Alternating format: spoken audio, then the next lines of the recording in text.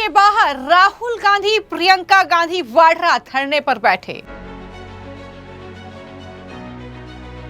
राहुल गांधी ने विदेश से आते ही मांगा प्रधानमंत्री नरेंद्र मोदी का इस्तीफा।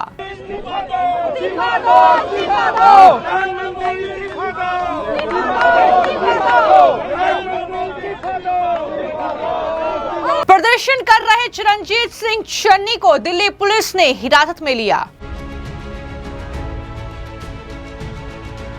कांग्रेस नेता राहुल गांधी और प्रियंका गांधी वाड्रा आज प्रधानमंत्री आवास के बाहर धरने पर बैठ गए हैं। ये तस्वीर आप देख रहे हैं जंतर मंतर पर जो छात्रों का सीजेपी का प्रोटेस्ट था, उसमें जो लाठीचार्ज हुआ, उसके विरोध में कांग्रेस पार्टी के तमाम नेताओं ने न सिर्फ मार्च किया बल्कि राहुल गांधी, प्रियंका गांधी वाड्रा, मल्लिकार्जुन खड़गे समेत तमाम नेता जो है प्रधानमंत्री आवास के बाहर धरने पर बैठ गए हैं।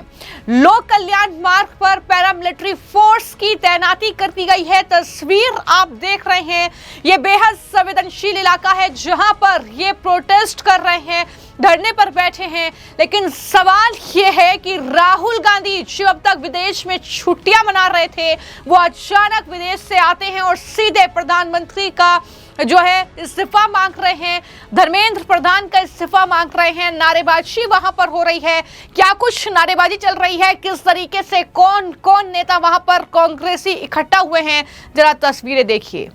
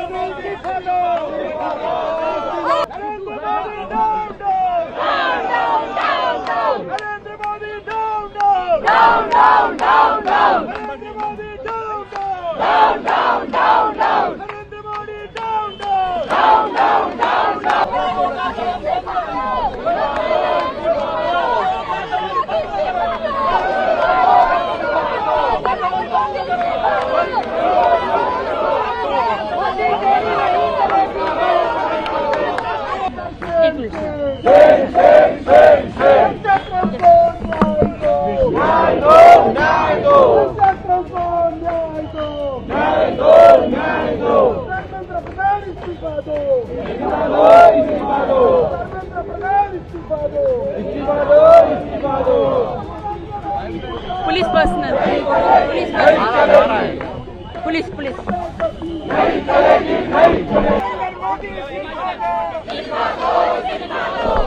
मोदी इस्तीफा दो।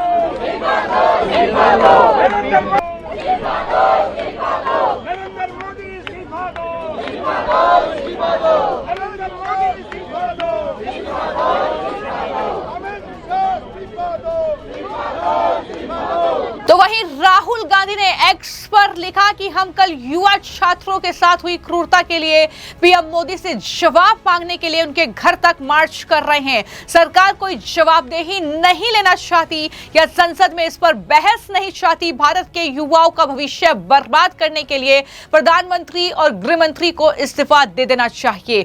यानी अब ये राहुल गांधी जो अब तक किस देश में छुट्टियां मना रहे थे, लगभग 20 से ज्यादा दिन तक वो कहां थे किसी को नहीं पता, लेकिन अचानक आते हैं। भारत के युवाओं के भविष्य उन्हें याद आता है और चिंता उन्हें भविष्य की होती है युवाओं के, और अब वो प्रधानमंत्री और अमित शाह का इस्तीफा मांगने के लिए उनके घर के बाहर, आवास के बाहर धरने पर बैठ जाते हैं।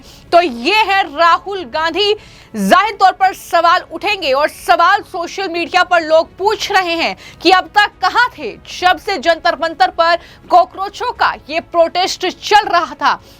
लेकिन अचानक इस तरीके से जो है तमाम नेता उनके एक्टिव होते हुए दिख रहे हैं। विपक्ष का ये मार्च जंतर मंतर तक होगा, ये जानकारी है। ये कांग्रेस का सिर्फ धरना प्रदर्शन है, मैं आपको बता दूं, इसमें कोई अन्य विपक्षी दल शामिल नहीं है। एक अलग से जो प्रोटेस्ट है उसकी तैयारी कांग्रेसियों ने की है। और यहां पर बड़ी खबर यह है कि कुछ कांग्रेस के सांसदों को हिरासत में भी लिया गया है, जिसमें चिरंजीत सिंह चन्नी को पुलिस ने डिटेन किया है। ये बड़ी जानकारी है। राहुल गांधी, मल्लिकार्जुन खड़गे समेत कई नेताओं ने दोनों हाथों को लाइनोन रोप से बांध लिया है। इस तरीके की तस्वीरें भी सामने आई है। तो चिरंजीत सिंह चन्नी को पुलिस ने डिटेन किया है। हिरासत में लिए जाने पर पंजाब कांग्रेस कैंपेन कमेटी के चेयरमैन चन्नी ने कहा कि यह बीजेपी का आतंकवाद है, वो छात्रों की बात नहीं सुनते, जबकि सरकार के पास छात्रों की मांगे पहुंच चुकी है। सरकार इस मामले को लेकर गंभीर है। खुद प्रधानमंत्री ने कहा है कि छात्रों को लेकर वो गंभीर हैं, उनके मुद्दे पर विचार विमर्श करेंगे। ये सारी बातें सरकार की तरफ से कही जा रही है, लेकिन ऐसा लग रहा है पूरी तरीके से कि छात्रों का ये जो पूरा प्रोटेस्ट था यह हाईजैक कर लिया है राजनीतिक दलों ने। जिस तरीके से बढ़ चढ़कर राजनीतिक दलों के नेता, एजेंडाधारी लोग और किस तरीके से कुछ षड्यंत्रकारी पूरी तरीके से इस जो प्रोटेस्ट है उसमें इन्वॉल्व नजर आ रहे हैं।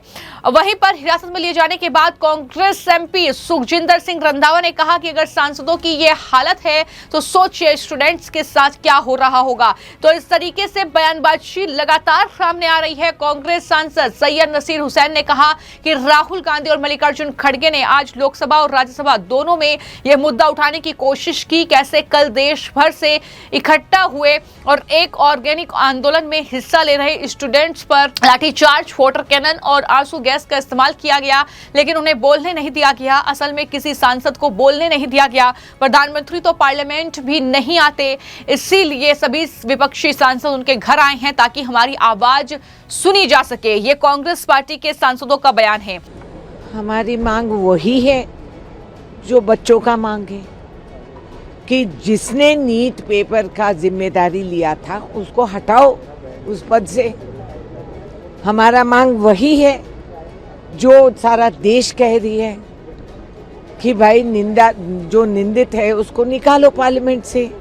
हमारा मांग वही है जो हम रोज सुनाते, मगर ये अंधे बहरे सरकार को कुछ सुनाई नहीं देती है, तो क्या करें। और ये भी है कि इनको हाउस चलाना भी आता नहीं है। आधे आधे घंटे पे हाउस अडजन करके सोच रहे हैं कि बड़े अक्लमंद है कि हमको वहाँ जाने से रोक दिए। अरे भाई, डेमोक्रेसी, इसको कोई रोक नहीं सकते। तुम जरूर वंदे मातरम गाते जाओ और 10 स्टैंजा जोड़ के गा लो, कुछ नहीं हो रहा। बैंड बज गई आपकी, वो सुनो। सरकार तो कह रही है कि हम युवाओं के लिए सबसे ज़्यादा काम कर रहे हैं और सबसे ज़्यादा युवाओं का समर्थन हमें है। अगर आप कहने से क्या फायदा, बच्चों को कहना है। क्या समर्थन की लाठी पिटवाए, चोट लगी है, बच्चे वहां तड़प रहे हैं, उनका इलाज नहीं, उसके आंकड़े नहीं सुना, पुलिस पिट गई ये सुना रहे हैं। नालायक सरकार, बेचारे पुलिस को भी आपने बीच में ये कर दिए, वो भी इन्हीं के शिकार है। और फिर आज बोल रहे हैं कि हम बच्चे के इसमें है, पैदा करे तो मालूम होता। लगातार टीयर गैस छोड़ी छात्रों के ऊपर, उन्हें काफ़ी चोटें भी आई, प्रोटेस्ट नहीं, किया था। बच्चों को बहुत चोट लगी है और ये संवेदनहीनता है बात है। इस प्रकार से नहीं होता। बात जब बैठे हैं वो धरने पे, तो उनसे बात करनी चाहिए, बात करके समाधान निकालना चाहिए। उनकी मांग जायज़ है। जवान बच्चों के भविष्य के साथ खिलवाड़ हो रही है जो नीट की है। तो कुल मिलाकर इस तरीके के घटनाक्रम लगातार देखने को मिल रहे हैं। यानी किस तरीके से इंडिया अलायंस की ये बात करते हैं। पहली बात तो ये कि एक अलग प्रोटेस्ट कांग्रेस पार्टी ने ऑर्गेनाइज किया, वो भी पीएम आवास के ठीक बाहर वो सड़क पर ही बैठ गए और वहां पर प्रधानमंत्री, गृह मंत्री धर्मेंद्र प्रधान का इस्तीफा मांग रहे हैं। लेकिन सवाल तो ये भी उठेगा कि जो अब तक भाई बहन गायब थे, वो अचानक से छात्रों की चिंता उन्हें कैसे सताने लगी, वो अचानक से उनके लिए प्रधानमंत्री का इस्तीफा मांगने पर उतर आए। तो ये सारी चीजें क्या एक पूरा षड्यंत्र है? क्या छात्रों का इस्तेमाल अपने पॉलिटिकल फायदे के लिए विपक्ष कर रहा है, कांग्रेस पार्टी कर रही है? कई सवाल हैं जो कहीं ना कहीं उठ रहे हैं। फिलहाल इस मामले को लेकर आपकी क्या राय है, हमें कमेंट बॉक्स में जरूर लिखें। धन्यवाद।